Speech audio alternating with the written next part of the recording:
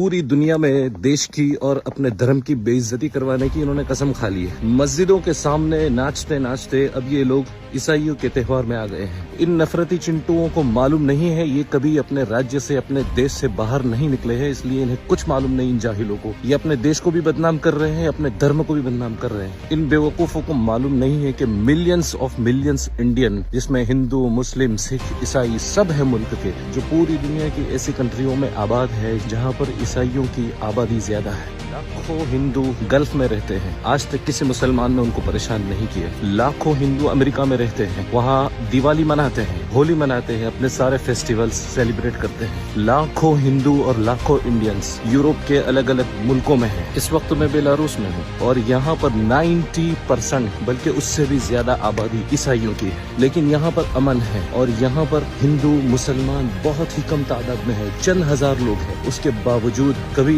इन्होंने किसी के साथ बदतमीजी नहीं की। वो एज ए ह्यूमन, इंसानियत के नाते एक दूसरे का रिस्पेक्ट करते हैं। तुम जैसे फर्जी देशभक्तों को इस बात की जरा भी परवाह नहीं है कि तुम्हारी इन ओछी हरकतों की वजह से देश और देश के लोगों का नाम दुनिया भर में कितना बदनाम हो रहा है, देश की इमेज कितनी खराब हो रही है, हमारी कितनी नेगेटिव तस्वीर पूरी दुनिया में फैल रही है। आप लोगों को अंदाजा नहीं है, इसलिए कि आप कुएं के मेंढक है, आप कभी बाहर घर से निकले नहीं है ना। अरे कभी बाहर निकलो, दूसरे देश के लोगों को देखो वो किस तरह जिंदगी गुजारते हैं, उनका क्या लाइफ स्टैंडर्ड है, किस तरह बात करते हैं फॉरेनर्स के साथ, और दूसरे धर्मों का और दूसरे देश के लोगों का वो कितना सम्मान करते हैं, कभी देखो निकल करके। जब आप लोग इस तरह दूसरे धर्म के लोगों के साथ इस तरह की हरकतें करते हो ना, हम जैसे लाखों लोग जो इंडिया से बाहर रहते हैं उनके लिए कितना बड़ा खतरा होता है। यहाँ पर 90% से भी ज्यादा ईसाइयों की आबादी है। जब आप लोग इंडिया में इस तरह चर्च के बाहर इनके त्योहार के अंदर जाकर के बवाल करते हो, तो सोशल मीडिया के जमाने में हर इंसान के पास ये तस्वीरें पहुँचती है। तुम अपने आप को बहुत होशियार समझते हो, तुम अपने आप को हीरो समझते हो, लेकिन तुम